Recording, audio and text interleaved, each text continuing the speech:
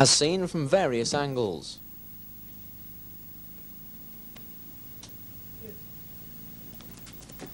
From a push, take attacker's elbows, step past him and drop to the floor using his own body weight to gain momentum for the throw. Roll into the attacker, placing your right knee under his arm and past his head. This maneuver will enable the lock to be applied more effectively. Counter to straight arm lock. Variation number 1. It's important to push the elbow away from you whilst turning the wrist palm downwards. This will relieve the pressure on the elbow. You can see the push and turn in close detail. Step across, take hold of the opponent's wrist and throw.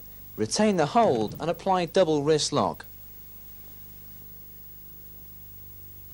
Variation number 2. Repeat the previous maneuver, but this time step behind and push the opponent backwards. Note the push involves a strike to the face and is followed by a punch to the groin. Counter to back arm and collar hold.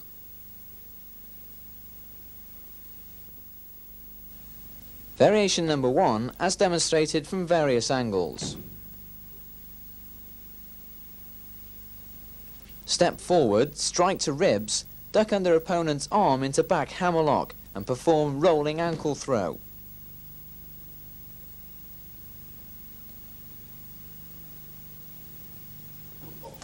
Now from a different angle. Maintain the back hammerlock during the throw and move into a wrist lock and head scissors.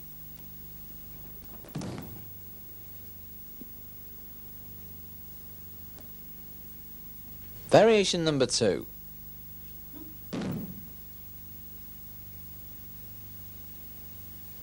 Strike to ribs, step back and elbow to the face before applying lock.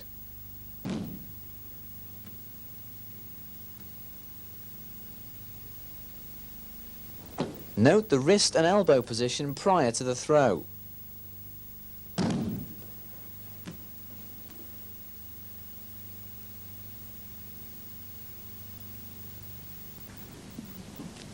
Step over opponent, lift him from the ground and kneel into neck lock.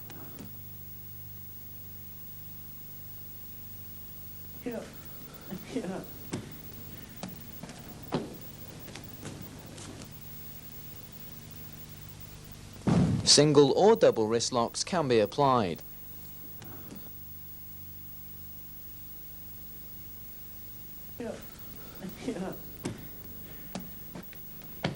Variation number 3.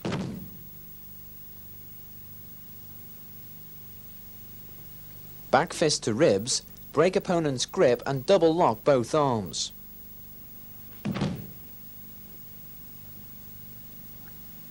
Note the evasive position of the defender's head during the lock. Place arm round waist and move into hip throw, followed by shoulder arm lock.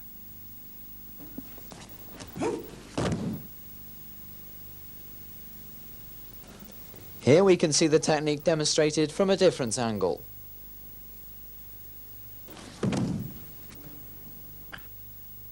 Counter to bar choke.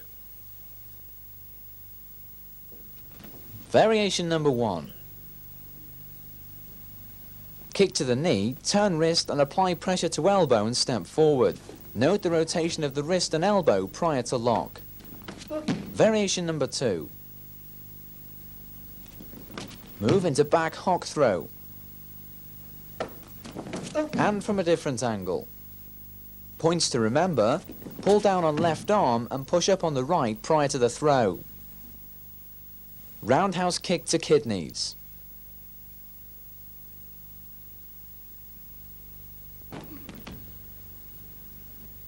These should be practiced from both sides and all kicks should be focused. Following the strike, the kicking leg is placed in a stabilizing position. Upward rising block. Upward rising blocks demonstrated at varying speeds. Upward inside forearm block. All blocks are more effective if the fist is kept clenched.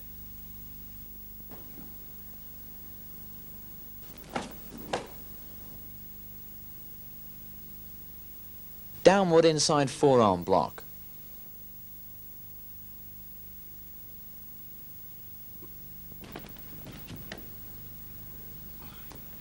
Block, step to the side into back hammer lock.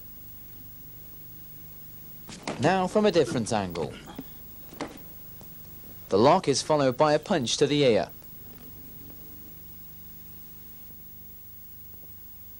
Front kick followed by a side kick. At this stage, a second attacker can be added during training. Kicks should be aimed at vital areas such as plexus or groin. Full shoulder.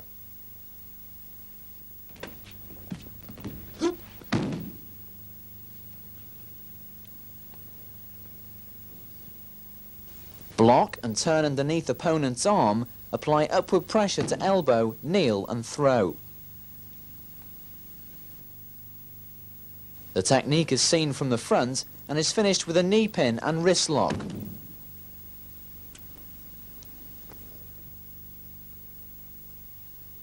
Head, hip and knee throw.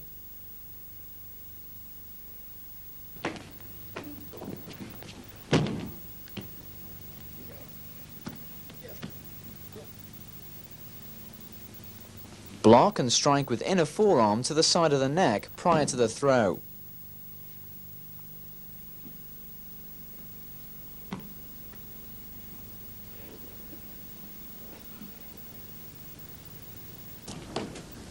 Pivot and kneel, take the opponent to the ground and apply hold down with a double arm lock with pressure on the throat.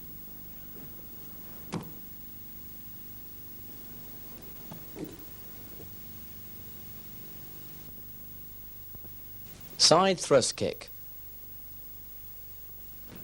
These kicks should be practiced using both legs.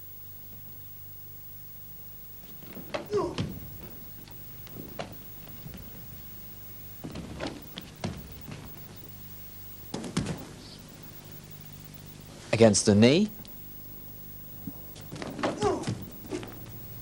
against the solar plexus, and against the chin. Front snap kick.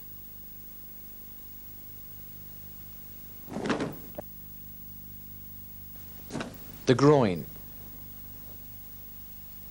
the solar plexus,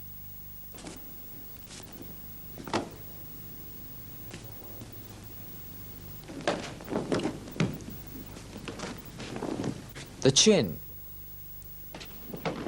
Always make contact with the ball of your foot, keeping toes well back and your knee raised as high as possible prior to the strike.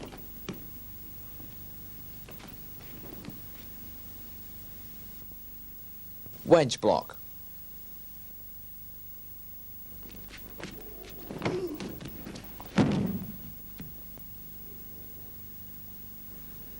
Step back, keeping your head down to avoid a headbutt.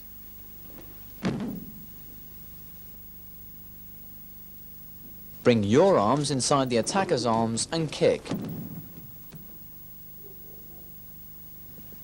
Following the kick, pivot and sweep the legs, lock elbow and strike to the jaw.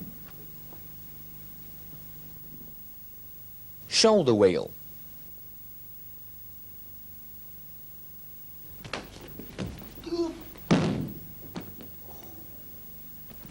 Block, step back on right leg, pulling opponent off balance. Step in and pull his arm down and across your chest. Whilst pulling downwards, push upwards against his leg. Following the throw, reverse back kick. Pressure points.